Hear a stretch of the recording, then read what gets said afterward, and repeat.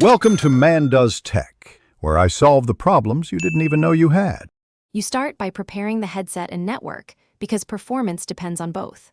First, update Quest 2 firmware and install the virtual desktop app from the Meta store. Once done, switch your router to a clear 5 GHz channel and position the headset within 3 to 5 meters of the router for low latency.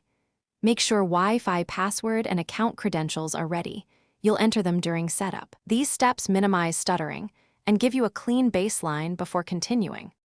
Now you configure the app and optimize streaming settings to prioritize stability. Open Virtual Desktop, sign in with your Oculus account, and accept permissions so audio and remote display work. Then set streaming quality to medium as a starting point. This prevents overload.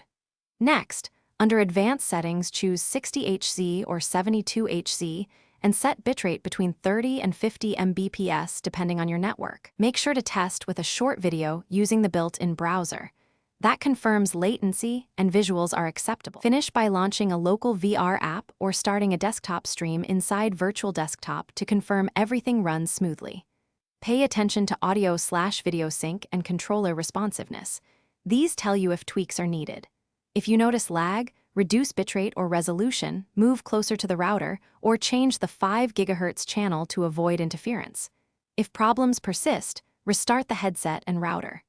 As a last resort, clear Virtual Desktop's cache and repeat the setup steps to restore default performance.